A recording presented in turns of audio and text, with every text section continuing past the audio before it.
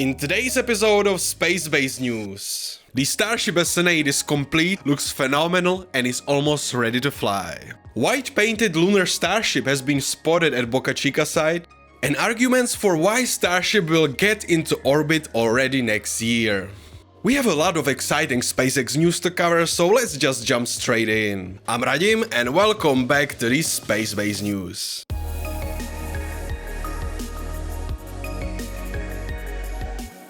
The Starship SN8 is complete, looks amazing, and is almost fly ready. When I uploaded last episode couple of days ago, the Starship serial number 8 and its nose cone section were sitting side by side at the launch pad at Boca Chica, and it was obvious it was just only hours prior to the symbolic yet incredible moment we were all waiting to see. On the night before, October 23rd, there was a planned road closure, and as we expected, SpaceX team took this opportunity to do all necessary final checks before the mating would take place. Thursday morning, just before 6 AM, RCS thrusters located in the nose cone were tested as we saw on LabPadre's livestream, and SpaceX also performed an ambient pressure test of the small liquid oxygen header tank at the tip of the nose cone. Now there is no room for speculation that this nose cone section will be some sort of dummy payload just to make the Starship look complete. It's very much functional and in fact critical part for its upcoming 15K flight. During the landing burn, the Starship is gonna need to draw the propellant from liquid oxygen and methane header tanks, and liquid oxygen tank is located right in the tip of the nose. And that's also one of the main reasons SpaceX will perform the second static fire test, during which Raptor engines will be using propellant solely from those header tanks. Speaking of Raptors, later on Thursday some engine shuffle happened around the vehicle. Mary from NASA Spaceflight tweeted that Raptor SN39 was removed from underneath the Starship, and at the same time Raptor engine SN36 was delivered to the launch site via the Raptor van. The reasons behind it are unclear, but Starship was certainly missing at least one Raptor at some point. But just yesterday, Raptor installation was spotted on LabPadre's livestream just after midnight, so it appears Starship is complete once again. But back to the Thursday afternoon. As the sunset arrived and colored the surrounding sky, Starship SN8's nose cone section was carefully lifted up in the air and slowly but surely stacked on the top of the rocket's body, making this serial number 8 the first flyworthy Starship spacecraft. What a breathtaking view! Just look at the size of this beast. It's only the second stage of the future Super Heavy stack, but it's already taller than the first stage booster of Falcon 9 or Falcon Heavy, and it's about the same size as the first version of the whole Falcon 9 rocket launched in 2010. When it's gonna finally lift off the ground, those 3 Raptor engines will produce as much as 90% thrust of Falcon 9 booster. When you look at it, it's not some dummy water tower anymore. This thing is certainly no joke. So do we have an answer to the most frequently asked question, which is there finally some sort of launch date for serial number 8? Maybe? Of course, as always, nothing's official, but we already seen new road closure dates, and there is a plenty of testing windows there, which indicates that SpaceX team is gonna be very busy around Starship SN8. The timeframes are set between 8 AM and 11 PM for October 28th, with backup date on October 29th, and also another shorter window lasting only 6 hours on the 30th. It is believed there is a chance that SpaceX might attempt the second static fire of the freshly stacked serial number 8 on the 28th or 29th of October. Of course, we can't be 100% positive, but I'd say the 15-kilometer flight forecast for next week is looking promising. Are we gonna see this massive beast fly to 15K before the end of the month? Let me know what you think in the comments below. If you liked today's episode so far, please subscribe to my channel, hit the like button and leave a comment in the comment section down below. This kind of support won't cost you anything, but for me it makes all the difference. Thank you so much. White painted Lunar Starship has been spotted at Boca Chica site. Okay, let's just start off clarifying this is not a Starship yet, but it's a nose cone that has been fully painted white, and not long after that, United States flag and NASA worm logo was added, so it's not really that hard to guess what this is all about. The Lunar Starship. The nose cone was moved next to the Starship SN5, so it's likely it won't be long before SpaceX team will also paint serial number 5 vehicle and stack the nose on the top, so they're gonna have first semi-functional mock-up of the moon moon version of the Starship. SpaceX hopes this lander will carry NASA astronauts to the surface of the moon sometimes in, or let's be real, most likely slightly after 2024. As you may know, in April this year, SpaceX was chosen by NASA alongside two other companies, Dynetics and Blue Origin, to develop a human landing system for the Artemis program. We are currently in the middle of phase 1 of this contract, in which all those three companies received $967 million in NASA funding, but those $579 million goes to Blue Origin and $253 million are for Dynetics. SpaceX received the least amount of funding, just only $135 million. But for many people, they was still kinda surprised that SpaceX even received anything. Mainly because how much radical the Starship concept is. Many people don't realize how revolutionary will this spacecraft be, not just for spaceflight,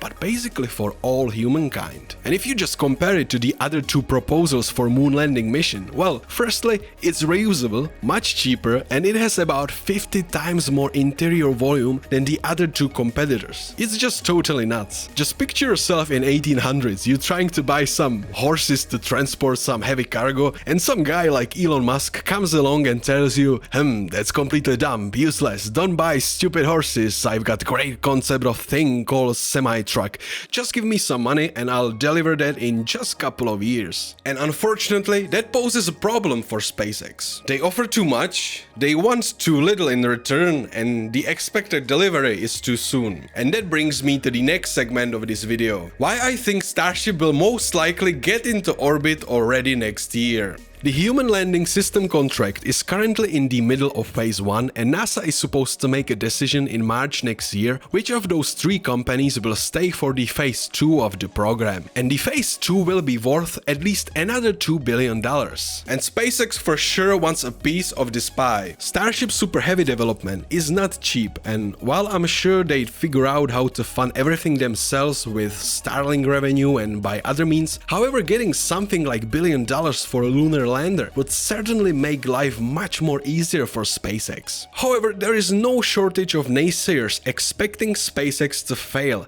simply because, as we said, what they are trying to achieve is not just something that hasn't been done before. Lunar Starship and Starship in general is basically a huge collection of such things. Now, Blue Origin and Dynetics already submitted mock-ups of their lunar landers, so now it's SpaceX's turn. And if they wanna continue with HLS to phase 2, they must do and deliver more than just a mock-up. Starship SN5 and SN6 already completed their hop, so if one of those vehicles will be rebranded as Lunar Starship, technically they gonna have semi-functional prototype. And that could give them slight edge over their competitors who submitted only non-functional dummies. NASA's administrator Jim Bridenstine said he wants to continue with at least 2 out of 3 companies for phase 2 of HLS. So if SpaceX will get there, what's the next step to prove that their risky proposal is not just the best concept but also working solution? A lot of us agrees that 2024 seems like a really long shot for humans landing on the moon, but nevertheless it's still the official deadline and this deadline is approaching fast. So if SpaceX wants to win, they should get Starship into orbit, and the faster the better. I'd say I'm 80 to 90% confident that we will reach orbit with Starship next year. I think probably 50 or 50% confident that we'll be able to bring the ship and booster back. And I think this time Elon might not be wrong with his guesstimate. Even if Starship SN8 fails, there is SN9 almost ready for cryoproof testing. Starship serial number 10 only needs stacking, serial number 11 and 12 are also in various stages of assembly. Parts are getting ready for serial number 13 and 14, and most importantly, the high bay for super heavy stacking is nearly finished and the first super heavy booster is already under construction. The only risk for this seemingly ambitious timeline I can see are the Raptor engines, meaning if SpaceX gonna have enough of them for the super heavy booster. Elon Musk did say the initial super heavy booster hops will be okay with just 2 Raptors, but it's certainly not gonna be the case for the booster eventually pushing the Starship on its way to orbit. But personally, I'm staying optimistic. The progress SpaceX is making each week is still mind-blowing, and when I look at pictures like SN8 here, I can't help myself to think that this is the closest we've got to have fully and rapidly reusable space launch system in the human history. And if you think about it even from larger perspective, this is the closest humanity has ever been to have vehicle capable to send humans and large cargo to Mars or anywhere else in the solar system. Sure, one step at a time, but SpaceX is now taking several steps each week and not slowing down by any means. Now, some of us may mention Space Shuttle. Many folks have really strong distaste against this vehicle, but I actually love Space Shuttle, and I'll tell you why. There is actually something very similar about those vehicles. Yes, I just did say that. But they really do have one hugely important thing in common, and that is, Shuttle brought back excitement for space exploration, which was on decline, and it played a huge inspirational role for previous generations, the same like the Starship does now. There is something about this spacecraft. When you look at the orbiter or the Starship, it just feels different than looking at your average Soyuz capsule. No disrespect to Soyuz, but unfortunately it fell short of its expectation in terms of reusability, and it was never intended to be fully reusable. It definitely wasn't rapidly reusable, and it couldn't go beyond low Earth orbit. Of course, there is no guarantee that Starship Super Heavy will succeed, so let me rephrase my sentence and be a little bit more romantic for a moment. SpaceX's Starship is the most promising program ever in the human history to kick off game-changing era of humanity's access to space. Small colony on Mars, orbital habitats, or maybe just vacation in orbit affordable to average person, maybe not in 10, maybe not in 20 years, but all of that possibly within our lifetimes.